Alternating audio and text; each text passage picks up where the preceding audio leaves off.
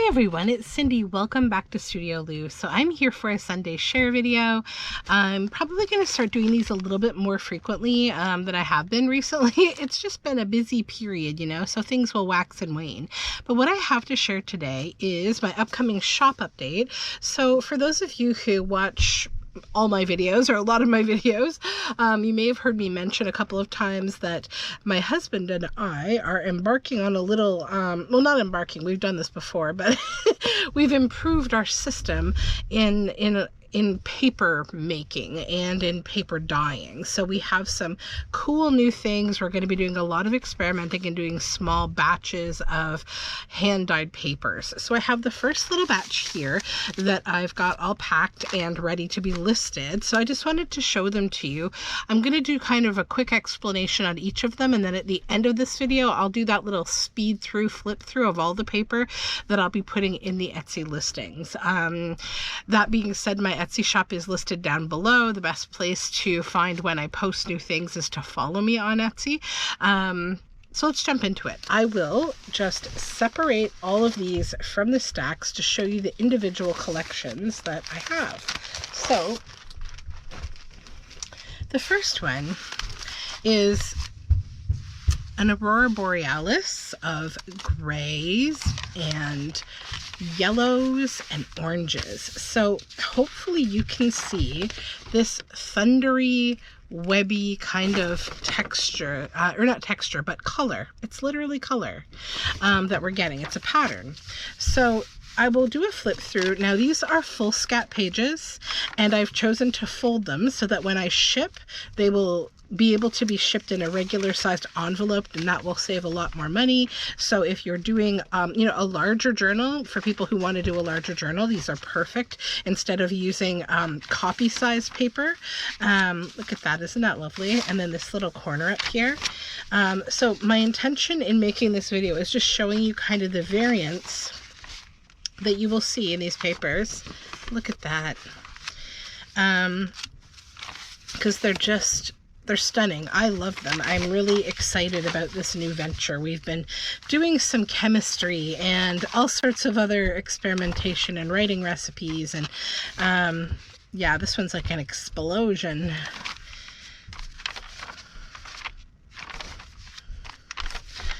Yeah.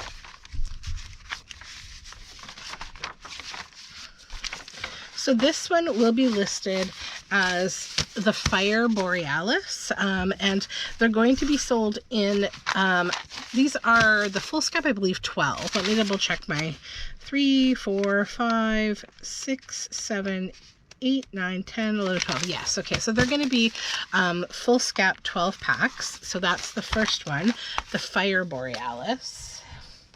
And I'll just write that down because I think I wrote the names down, but I don't remember where I left the little paper because it's me. Now these ones, this is the Green Tide, and hopefully you can see the color. I will be sharing on the Etsy listing more color true pictures, right, that are taken in natural daylight on a balanced wood surface that show you what the papers look like really, really well.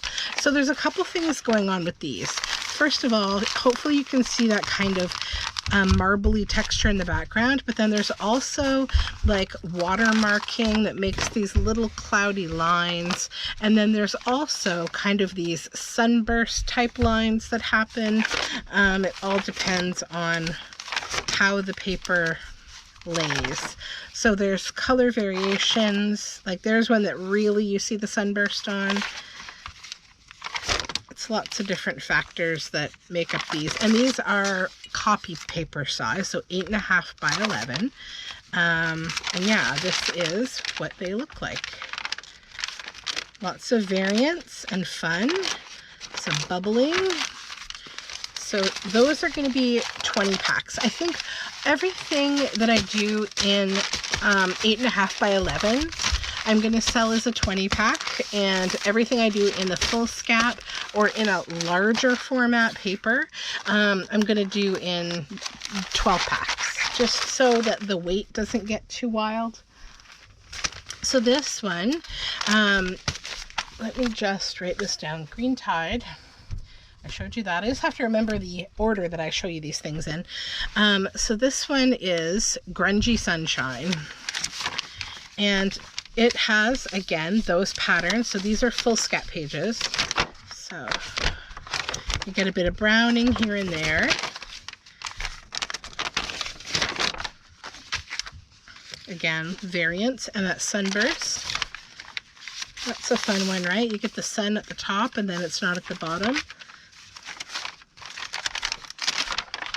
Same thing again. And sometimes you get these really unique little outlines. Has to do with the different metals in the pans that I use and things like that. These are all done with commercial quality dye components, so they're not going to fade. I have paper that I've dyed many years ago in these dyes, these particular colors, and they are still exactly as they were. I have a lot of experience in dyeing. I am also a yarn dyer and a fabric dyer. I have had a business in that field for about 20 years now. So just letting you know that they are good. So Grungy Sunshine. I showed you that one. Okay, so then we have just the storm papers. So these are like the Borealis in that they have all that webbing. They don't have the orange and yellow in them, and these are the copy paper size, 8.5 by 11. So hopefully you can see just the gorgeousness of that stormy, webby kind of look. And it's got like a purplish hue, a bluish hue that blends together on like a gray background. And hopefully you can get an idea of how fun these are. I'm so happy to, you know, be creating something that's uniquely our style. Yeah. So I'm just going to go through one of these slowly to just show you the, you know, the typical, what does a typical 20 pack look like? Sometimes you'll get these drips. Those are done by intention. They just add some fun characteristics, you know, and when they're folded in half, they look quite nice. If you watch the flip through of my most recent journal, Rainy Day Magic, I actually included some of the Fire Borealis in that journal. So that's fun. You see the webbing. It's very fun. So that is that one. And those again will be 20 packs. And I will have a few of those to go. Stormy. Okay.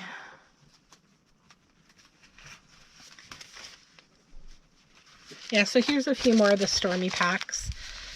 So I think I will have like 4 of those in total. Then we have the Stormy Ledger. Now this is a larger piece of paper. Let me just check the dimensions of it. So it's 12 by 9.5. So I'm not going to fold these. I'm going to ship them flat. But they're the same kind of thing, except the ledger itself is green. It's a numerical ledger that's orange and green, and it has the numbers 1 to 29 going down the front and on the back. So it's double-sided. This says here, Easy Color Accounting Forms, ethnographed by Grandin Toy. So this was Grandin Toy paper. And here is what it looks like. So all these little fine webs of color in that same stormy tone that's like a gray purpley hue. Here we have a little black hole or a little white hole. I love these. I was like, I don't want to sell these ones, but they're really nice, and I think that you'll like them. So these are also going to be in 12 packs. which I think is a nice number for a large paper like that. And they have 4 holes that are tabbed here down the side. They're not torn out. They were like packed that way individually. I think you probably can buy something that would bind those in some way. So I will have 2 of those that will go up as well. So let me show you what else I can share that I've been working on here. Just get all these papers out of the way. So Stormy and Stormy Ledger. Okay. I can put this pen away. Get this out of the way.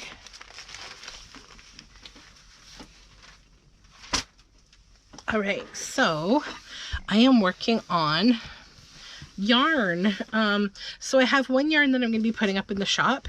This is a dark academia themed yarn, and it's hand spun. It's nice and bumpy plied, and it has carbonized bamboo, some beautiful hand spun teaswater locks, some bits of hemp and mohair and merino.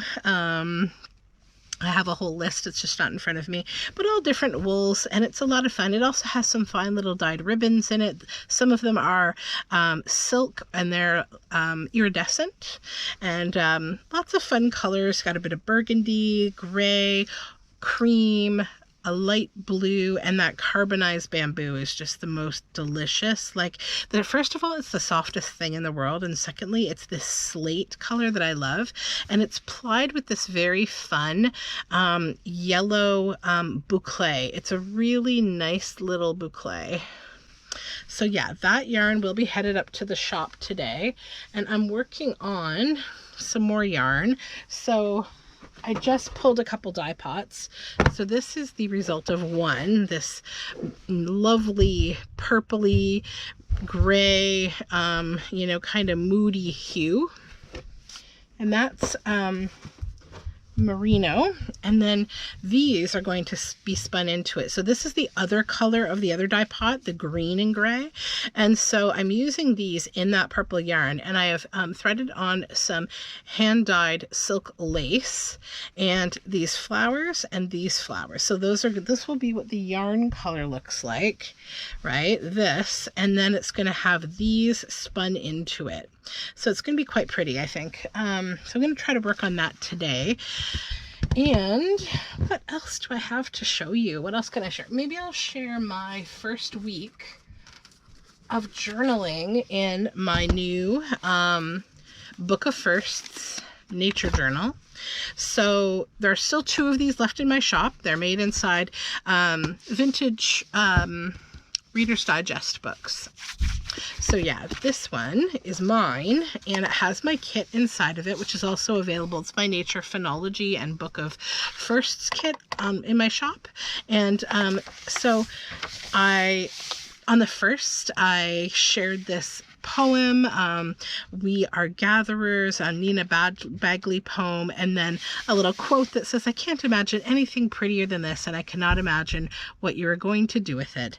And then I took a nice walk with my kids through the beautiful tall pines of our local graveyard, and it had just snowed, and it was so lovely, and I was looking up at all of the little squirrel nests in the trees, and I sort of thought about it was so quiet, and this is when my imagination just runs away with me. So I was thinking about how funny it would be, you know, like I often write these like children's stories in my head, and to imagine all of the squirrels in this environment up in the canopy that's entirely separate from us, and you know, maybe they all have their own little like, you know, they'll have their own big nests, but a lot of those trees are hollowed out inside too, so they can meet up with one another. And perhaps they all have their own little like families, and they all have their own little tartans, and maybe they have like a little Irish pub inside the tree. And like how cute it would be to imagine them drinking like, you know, little butter beers from